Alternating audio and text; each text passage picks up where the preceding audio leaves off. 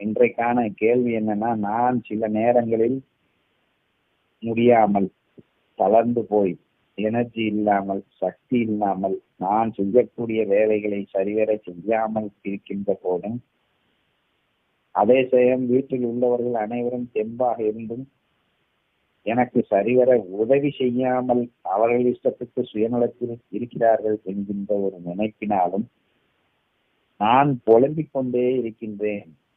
ஐயோ, ஏன் இப்படி இருக்கிறாங்க, எனக்கு ஏன் இப்படி இருக்குது, ஏன் என்னால முடியல, சே நமக்கு இவங்களை நம்ப வேண்டிய சூழல் வந்துருச்சே, ஐயோ இவங்க ஏன் இப்படி இருக்கிறாங்க அப்படின்னு சொல்லிட்டு நான் புலம்பிக் கொண்டே இருக்கிறேன். ஸோ இதற்கு தீர்வு என்ன அப்படிங்கிறது தான் கேள்வி. ஸோ ரொம்ப சிம்பிள். அதாவது உங்களுக்கு இன்னைக்கு முடியவில்லை அப்படின்னா கண்ணை உங்ககிட்ட சொல்றான், எங்க தனமாட்டா அதான் சொல்றது, அம்மா நீ வேலை பார்த்து கையே ரெஸ்ட் எடுக்க வேண்டிய நேரம்மா, ஏன்னா வேலை பார்க்குற, உன் கையை ரெஸ்ட் எடுக்கி, உன் கையை நான் அம்பி கூட்டிட்டு இருக்கேன் கண்ணன் சொன்னா இந்த அம்மா போய் புசுக்கு வேலை பார்க்கறது அந்த பழக்கப்படுத்திட்டேன். ஸோ இப்பதான் கண்ட்ரோல் பண்ணிட்டு. அப்ப என்ன அர்த்தம், இன்னைக்கு எனக்கு முடியல, இன்னைக்கு எனக்கு ஒரு ஒரு கஷ்டம், ஒரு உடல் உபாதையோ சோர்வோ ஏதோ ஒன்று வந்துருச்சு, என்னால் சரிவர வேலை பார்க்க முடியல அப்படின்னா அண்ணன் ஞானதேவர் என்ன சொல்றாரு, ப்ளீஸ் டேக் ரெஸ்ட். உன் உடம்பிலே சில ப்ராசஸ் செய்ய வேண்டியது இருக்கு, சில வேலைகளை செய்ய வேண்டியது இருக்கு, அதெல்லாம் நீ ரெஸ்ட் எடு. உள்ளே சில ப்ராசஸ் நடந்து கொண்டிருக்கிறது, இப்போதைக்கு அந்த ப்ராசஸை அனுமதித்து நீ ரிலாக்ஸ்டாக ரெஸ்ட் எடு அப்படின்னு ஞானதேவர் சொல்லிட்டார்.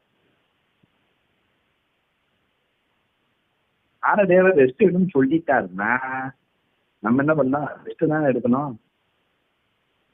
உடனே நம்மள ரெஸ்ட் எடுக்க சொல்லிட்டாருன்னு, இப்போ ஒருத்தனே உங்கள்கிட்ட ஒரு கம்பெனில நான் வேலை பார்த்துட்டு இருக்கேன், மேனேஜர் எப்பா நீ ரெஸ்ட் எடுத்துக்கோப்பா அப்படின்னு சொல்லிட்டாருன்னா அந்த மேனேஜர் என்ன பண்ணணும், okay sir thanks sir leave போட்டு வீட்டில் போய் தானே தூங்கணும்.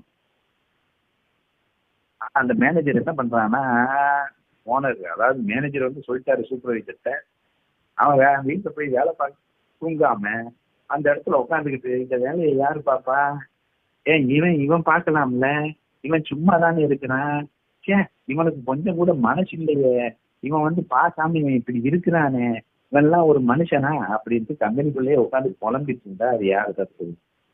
அப்ப மேல இருந்து உத்தரவு வந்துருச்சு நீ ரெஸ்ட் எடுன்னா அவனா போய் ரெஸ்ட் எடுக்கணும்.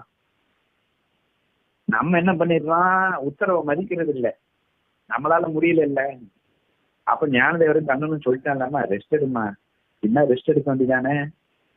அந்த ரெஸ்ட்னா பரிபூர்ண ரெஸ்பான்சிபிலிட்டி இல்லைன்னு அர்த்தம், நிம்மதியா உட்காரணும். ஆனா அதை விட்டுட்டு நம்ம என்ன பண்ணிடுறோம், அவங்க இது பண்றாங்க, அவங்க சும்மா தானே இருக்கிறாங்க, இதை பண்ணலாம்ல, நம்மளால முடியலன்னு தெரியுது இல்ல அப்படின்னா அப்ப அப்ப ரெஸ்ட் எடுக்குன்னு சொன்னவனுக்கு என்ன மதிப்பு? அது எதை எப்படி பண்ணணும், யாரை வைத்து பண்ணணும், பண்ணணுமா கூடாதா அப்படிங்கிறது அவனுக்கு தெரியும்ல. நம்ம வேலை ரெஸ்ட் தானே.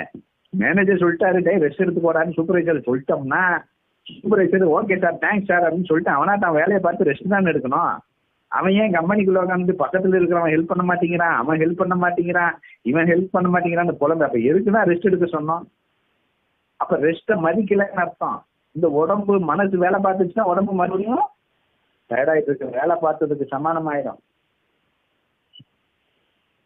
அதாவது ரெஃப்ரிஜரேஷன் அண்ட் ஏர் கண்டிஷனிங் டிசைன்ல நாங்க படிக்கும்போது ஹார்ட் ஒர்க்கர் பண்ணுவான் இல்லையா, ஹார்டா ஒர்க் பண்றவங்க, ஹார்ட் ஒர்க்கர்னா அந்த சித்தால் வேலை செய்வான் இல்லையா, மூட்டை தூக்குறது, மண் சுமப்பது, சமட்டியை கொண்டு அடிப்பது, இந்த ஹார்டு வேர்க்க வேர்க்க விறுவிறுக்க செய்யப்படும் வேலைகள் அப்படின்னு ஒரு ரூம்குள்ள ஒரு 200 சதுரடிக்குள்ள ஹார்ட் ஒர்க் பண்ணிட்டு இருக்காங்கன்னா அவங்களுக்கு எவ்வளவு டன்னேஜ் ஏசி அப்படின்னா அவங்களுக்கு அப்பா அவங்களுக்கு 1 டன் 1.5 டன்லாம் பத்தாதுப்பா, 3 டன்னு போடு.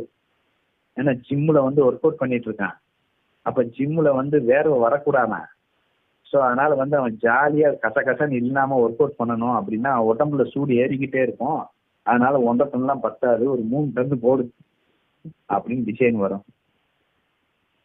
ஆனா அதுவே சயின்டிஸ்ட் இருக்கான்ல, அவன் அவன் அசைய கூட மாட்டான். ஒரே இடத்துல உட்காந்துக்கிட்டு உன்னையே பார்த்து சிந்தித்து கொண்டே இருப்பான். அந்த சிந்தனை செய்யும் சயின்டிஸ்ட் அறையும் 3 டன் ஏசிய போட சொல்லலாம். எப்படி இவனுக்கு ஹார்ட் ஒர்க் பண்றவனுக்கு எப்படி 1.5 டன்ல இருந்து 3 டன் மாறிச்சோ, அதே மாதிரி விஞ்ஞானிகள் அறைக்கும் 3 டன் ஏசியும் டிசைன் வரும். ஏன்னா அவன் மனமும் புத்தியும் அங்கே சலித்து கொண்டிருப்பதன் விளைவு அங்க ஹீட் ஆயிருமா ரூமும். இவன் உடலால் ஹீட் செய்கிறான், அவன் மனம் புத்தியால் ஹீட் ஆகும். அப்ப ரெஸ்ட் ஏன் சொல்றோம்? அப்ப ரெஸ்ட் எடு அப்படின்னா உடலும் மனமும் புத்தியும் சேர்ந்து தானே ரெஸ்ட் எடுக்கணும். நான் புலம்புறேங்கிற பேர்ல நான் வேலை பார்த்துட்டு இருக்கேன், மதிக்கல. அப்ப புலங்குறேங்கிற பேர்ல நான் வேலை பார்த்துட்டு இருந்தா ரெஸ்ட் எடுத்தோம்னான்னு வச்சுக்கோங்களேன், 1 நாள் இல்ல 2 நாள் கம்ப்ளீட்டா ரெஸ்ட் எடுத்துட்டோம்னா நீங்கள் உங்கள் உடலில் உள்ள பிரச்சனைகள் தீர்ந்து. அதுக்கப்புறம் இந்த 2 நாள் எந்த வேலையும் நடக்கலைன்னாலும் 3ஆவது நாள் இழுத்து போட்டு செஞ்சுட்டு போயிட்டே இருக்கலாம், நமக்கு லாஸ் கிடையாது. ஆனா இங்க நம்ம பண்ற தப்பு என்னன்னா 2 நாள் ரெஸ்ட் எடுன்னு சொல்லிட்டாங்க, அண்ணன் ரெஸ்ட் எடுக்கிறது இல்லை. அப்ப ரெஸ்ட் எடுன்னு சொல்லியும் ரெஸ்ட் எடுக்கலைன்னா பிரச்சனை பெருசாகுமா சிறுசாகுமா? அப்ப 2 நாளைக்கு பதில் 4 நாள்ல ரெஸ்ட் எடுக்க வேண்டியது வரும். அப்போ அது புரியணும். இப்போ வேலை பார்க்காம உடலால் சும்மா இருப்பது மட்டும் சும்மா இருப்பது அல்ல, மனம் புத்தியும் சலிக்காமல் ரிலாக்ஸ்ல இருக்கணும். யாரு ரெஸ்ட் எடுக்க சொல்லித்தான், இனிமே அவன் தலைவலி யார் எப்படி போனா எனக்கு என்னன்னு கம்ப்ளீட் ரிலாக்ஸ் மோட்ல போய் ரெஸ்ட் எடுத்துடணும். நல்ல சரிவர வந்த பிறகு நமக்கான உலகம் அங்கிருந்து ஆரம்பிச்சுக்கலாம்.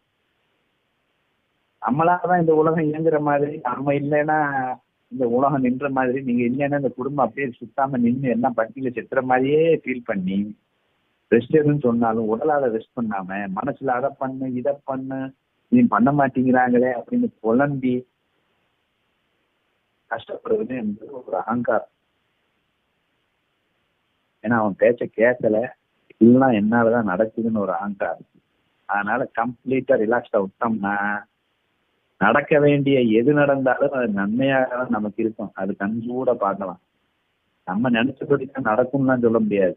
எது நடந்தாலும் ரிலாக்ஸ்டா பார்த்தோம்னா நமக்கு பெரும் நன்மை அதுல இருக்கும். கண்ணனுக்கு தெரியும் யாரை எப்படி வழிக்கு கொண்டு வரணும், நம்ம புலம்ப வேண்டிய அவசியம் இல்லை. ஸோ நம்மளை ரெஸ்ட் எடுக்க சொல்லிட்டாங்கன்னா நம்ம ரிலாக்ஸ், நம்மளே இப்படி இருக்கோமா, அப்ப அவன் எப்படி திரும்புவான்? நம்ம பேச்ச கேட்டோமா? உடம்பு சொல்றது ரெஸ்ட் எடுக்கணும். அப்போ உடம்பு மனம் புத்தி வாங்க சூப்பர்ல வாங்கல ரெஸ்ட் எடுக்கலாம் அப்படின்ட்டு நம்மளே நம்ம பேச்ச கேட்கறது இல்லை. அப்புறம் வேற யார் நம்ம பேச்ச கேட்பா? நம்மளே கண்ணன் பேச்ச கேட்பது இல்லை, அப்ப வேற யார் கேட்பா? ஸோ அந்த ஃபீல்ட்ல அவங்ககிட்ட தேவையில்லாம புலம்புறத விட்டுட்டு இன்னைக்கு நமக்கு இறைவன் கொடுத்தது ரெஸ்ட், இதாக ரெஸ்ட் எடுங்க. ஆட்டோமேட்டிக்கா நடக்க வேண்டியது நடக்கும்.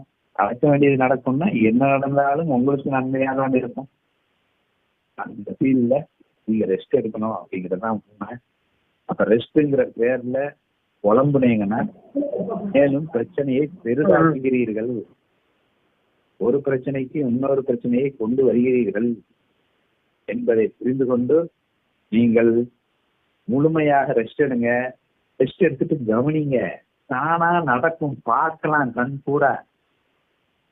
ஒரு நன்மை நடக்கும். ஆனா நம்ம நினைச்ச மாதிரி நடக்கணும் இல்லை, நன்மை கண்டிப்பாக நடக்கும்.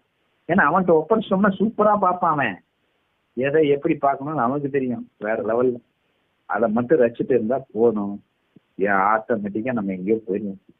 தேவையில்லாம புலம்புனோம்னா அவனை மதிக்காத குற்றம், உடம்புல ஏற்கனவே பிரச்சனை, மேலும் பிரச்சனை, அடுத்து புலம்புறதன் விளைவாக கூட இருக்கிறவன்டையும் பிரச்சனை, ஒரு பிரச்சனைக்கு 10 பிரச்சனையா எடுத்து போட்டுக்கொண்டு அவசப்படதான் நேரம் என்பதை புரிந்து கொள்ள வேண்டும். புரியுதா?